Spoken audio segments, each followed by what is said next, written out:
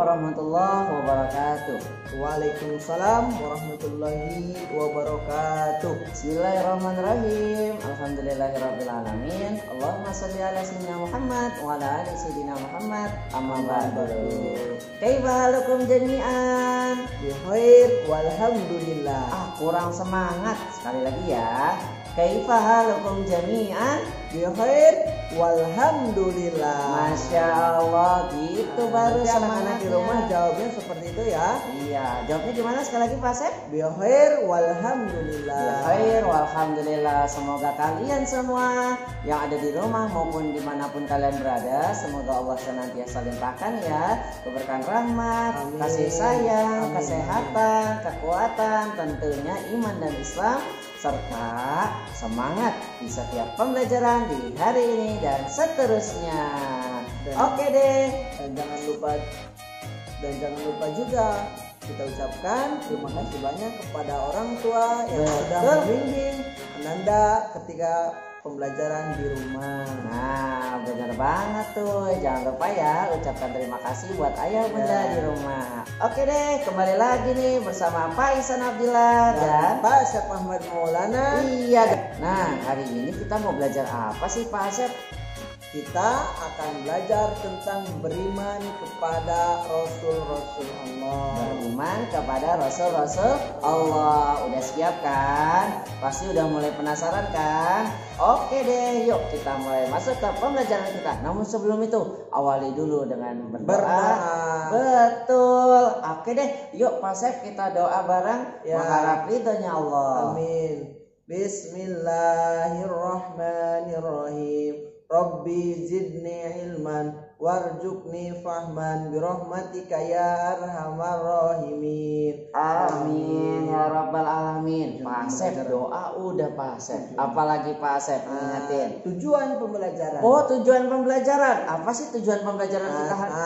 Tujuan pembelajaran pada pagi hari ini yaitu diharapkan satu, Ananda dapat mengetahui makna dari beriman kepada Rasul-Rasul Allah. Yang kedua, Ananda dapat mengetahui nama-nama dari Rasulullah. Yang ketiga, Ananda dapat mengetahui sifat-sifat yang ada pada Rasul. Dan yang keempat, Ananda dapat mengetahui makna atau nama-nama dari Rasul Lazmi. Yang terakhir ini Pak. Apa tuh, Pak? Yang terakhir, Ananda dapat mengetahui perbedaan antara Nabi dan Rasul. Masya Allah. Karena Nabi dan Rasul itu berbeda. Wah, berbeda. Emang nggak sama Pak Asep? Nggak sama. Wah, jadi penasaran. Yuk kita siap-siap ya. Tadi tujuan pembelajaran sudah disampaikan tuh sama Pak Asep tuh. Nah, udah penasaran kan? Apa sih perbedaan Nabi dan Rasul? Sebelum itu, yuk yang belum cium tangan orang tua, cium tangan dulu ya. Pak Ihsan gak bosan ngingetin. Yuk mengharap ridho orang tua. 5 detik dari sekarang. 5, 4, 3, 2, 1. Oke deh, kembali lagi ke pembelajaran bersama Pak Isa dan Pak Asep. Nah, yuk sekarang kita masuk ke pembelajaran kita, yaitu pendidikan agama Islam tentang beriman kepada Rasul-Rasul Allah.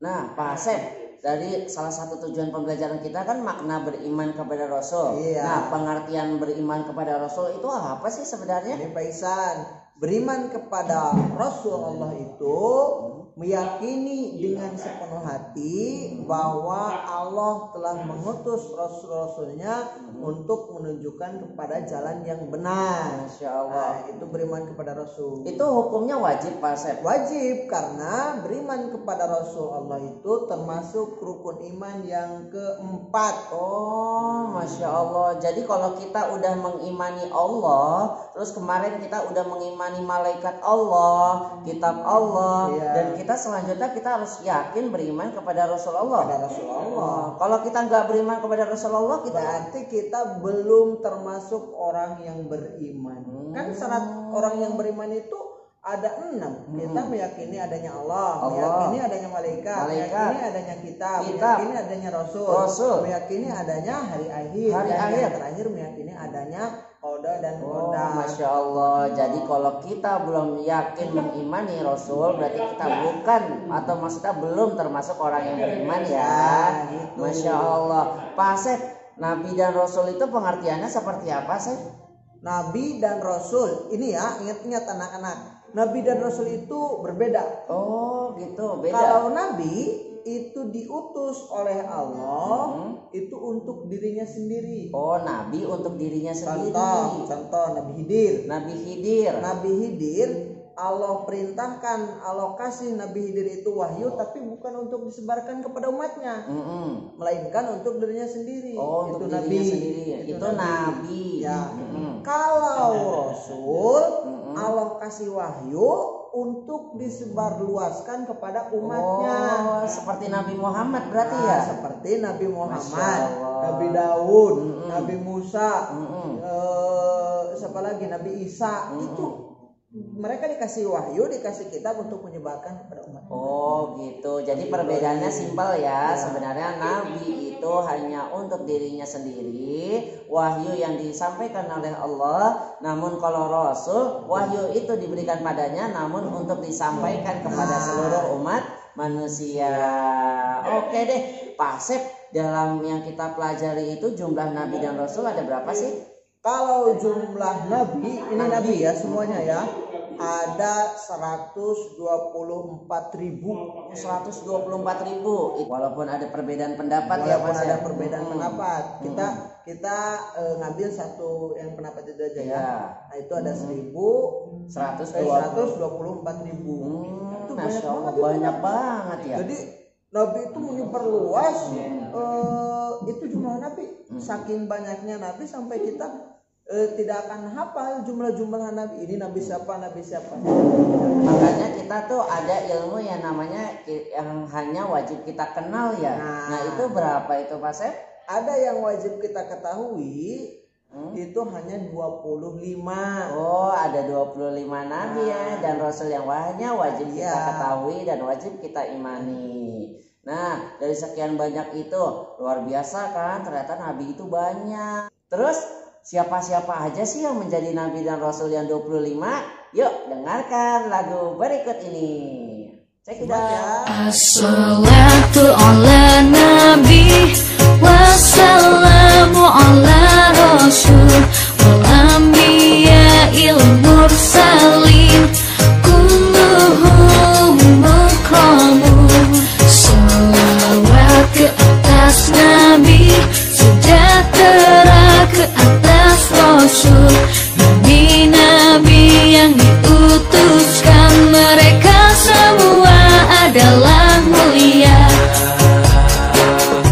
Adam, Idris, Nuh, Hud, Saleh, Ibrahim, Lut, Ismail, Ishak, Yakub, Yusuf, Ayub, Syuaib, Musa, Harun, Zulkifli, Daud, Sulaiman, Ilyas, Ilyasa, Yunus, Zakaria, Yahya, Isa, wal akhiru khatimul anbiya, Muhammad al-Mustafa. Nah, sudah menyaksikan kan tadi 25 Nabi dan Rasul yang wajib kita ketahui. Asik kan dengar lagunya? Nah, selanjutnya nih, sebenarnya dari 25 Nabi ada namanya Ulul Azmi. Apa sih maksudnya Ulul Azmi? Nah, Ulul Azmi adalah beberapa Nabi atau Rasul yang diberi keistimewaan oleh Allah berupa kesabaran yang luar biasa. Siapa aja sih Pak Asep? Rasul Azmi itu kalau kita singkat menjadi Nimim, Nimim Nimim. Nimim,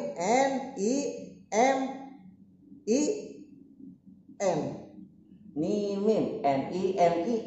Nah. Siapa aja itu Pak? N. N. Nuh. Nabi Nuh alaihi salam. Terus I. Ibrahim. Nabi Ibrahim alaihissalam. M.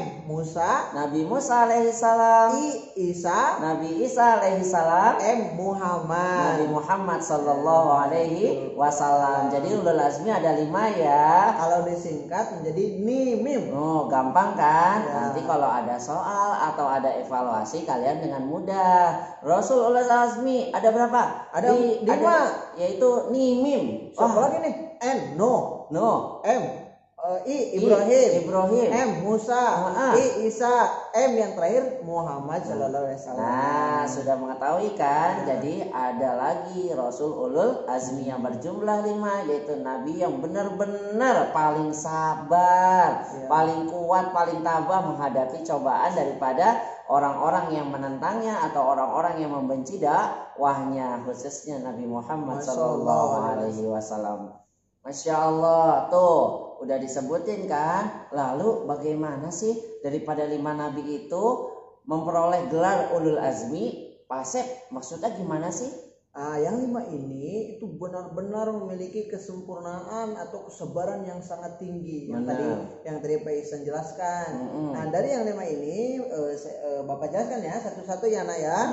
Yang pertama Nabi Nuh. Nabi Nuh itu dakwah selama 950 tahun. 950 tahun, lama benar. Dan itu yang beriman, yang mengikuti dia cuma sedikit. Ya Allah. Sampai-sampai dia berdoa kepada Allah bahwasanya ingin kaumnya itu semua ditenggelamkan, dan Allah tenggelamkan semua. Dan salah satu mukjizat Nabi Nuh itu bisa membuat kapal yang sangat besar pada zamannya.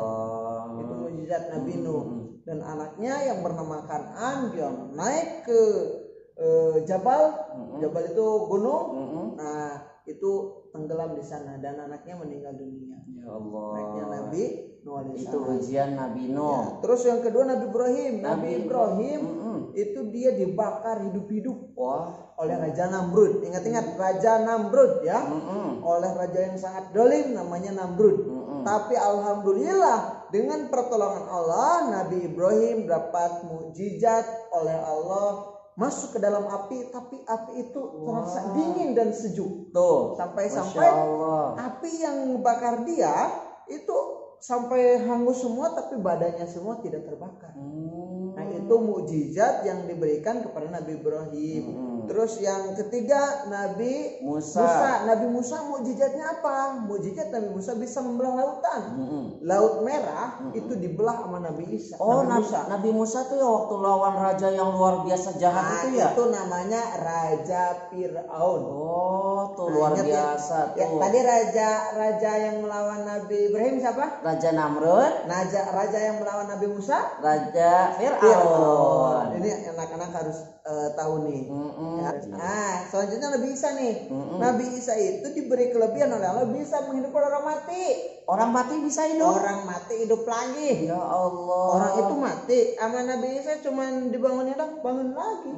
Terus orang yang matanya buta dari lahir, sama Nabi Isa diusap dong, jadi bisa melihat lagi. Itu kelebihan dari Nabi Isa. Mukjizat yang diberikan Allah kepada Nabi Isa. Dan mukjizat terbesar yang diberikan kepada Nabi semuanya itu kepada Nabi Muhammad.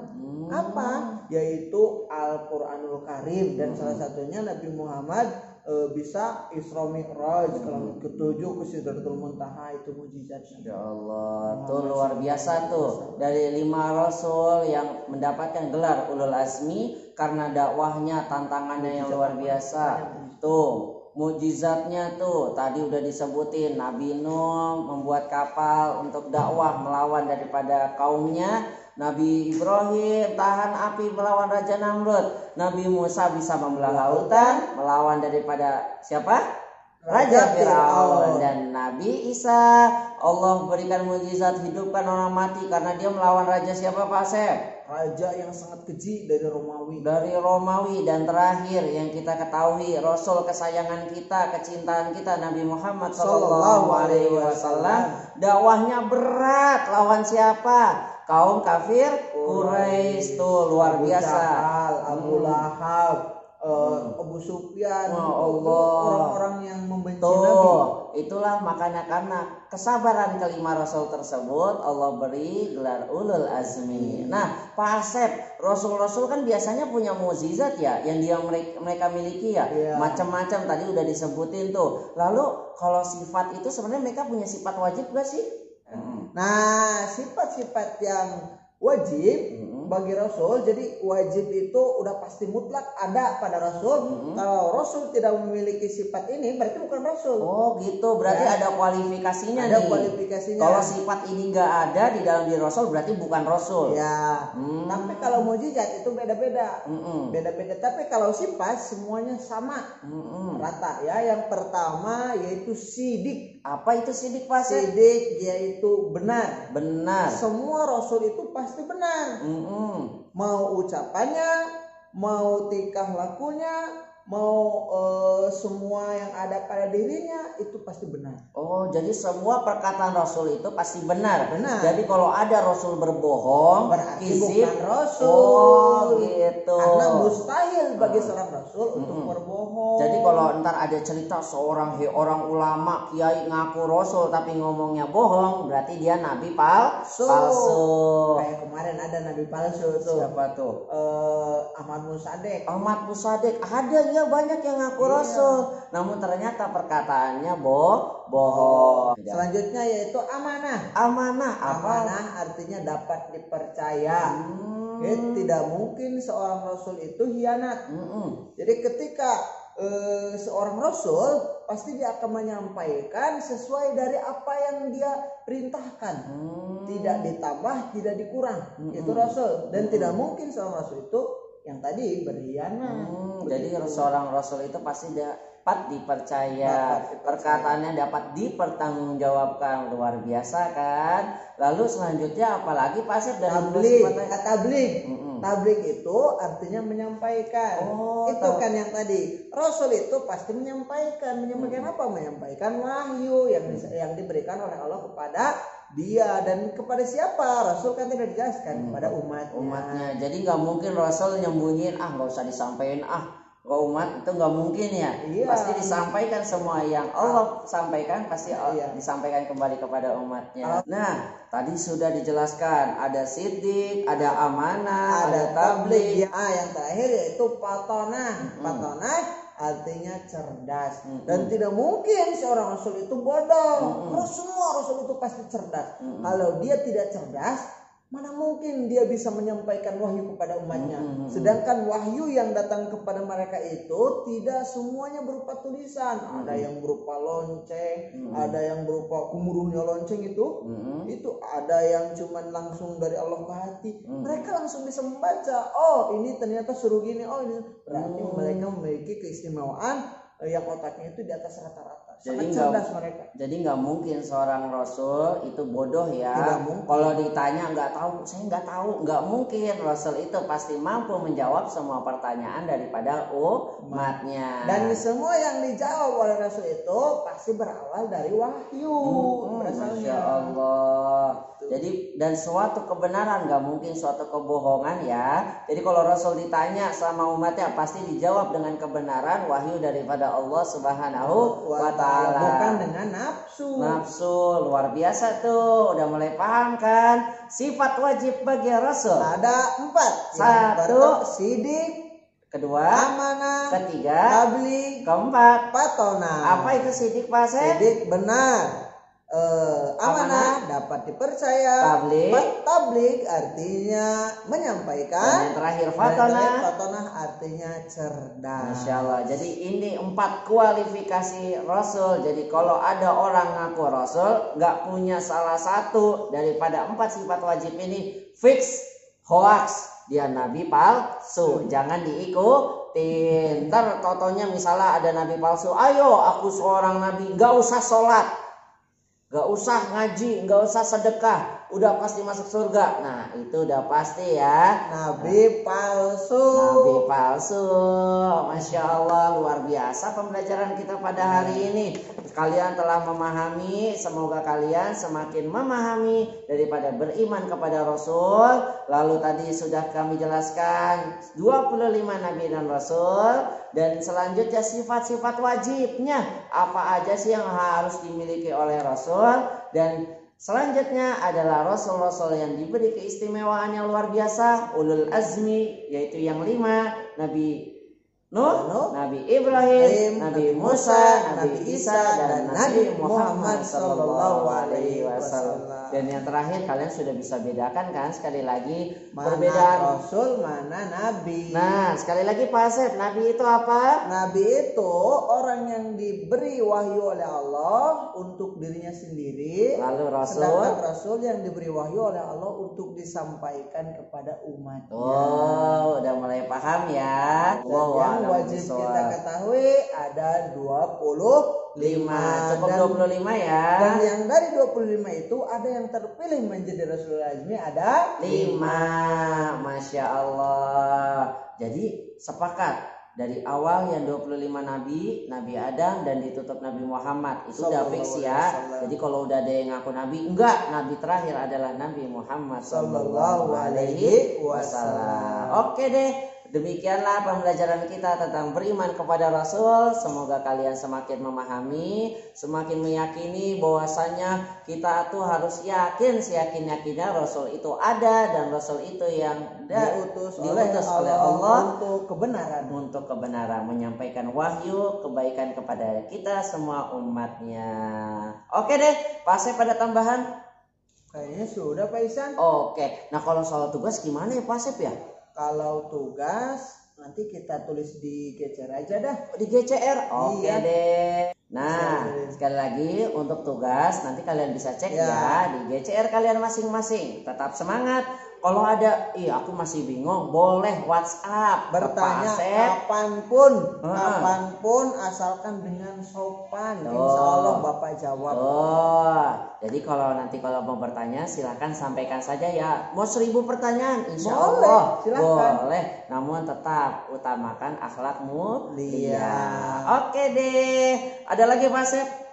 Cukup mungkin Pak Isan. Semoga kalian semakin memahami pembelajaran ini, menguatkan keimanan ketakwaan kalian kepada Allah, dan insya Allah menjadikan ilmu yang bermanfaat buat kalian. Amin. Kami tutup dari Pak Ihsan Abdillah dan Pak Asep Ahmad Maulana. Oke, dalam pembelajaran PAI yaitu beriman kepada Rasul. Oke, Pak Ihsan mau tutup dengan pantun seperti biasa atau Pak Asep mau pantun? Saya yang pantunnya. Oke, boleh. Burung Irian, burung cendrawasih. Itu pantun Pak Ihsan, Pak Asep. Yaudah. Jangan di kopi-kopi dong. Saya ambil pantun yang lain. Kalau ada sumur di ladang, bolehlah kita menumpang mandi. Cakep. Kalau ada umur panjang, boleh kita berjumpa lagi. Oke deh. Wabillahi taufiq wal hidayah. Waridau wal inayah. Wassalamualaikum warahmatullahi wabarakatuh. Dadah.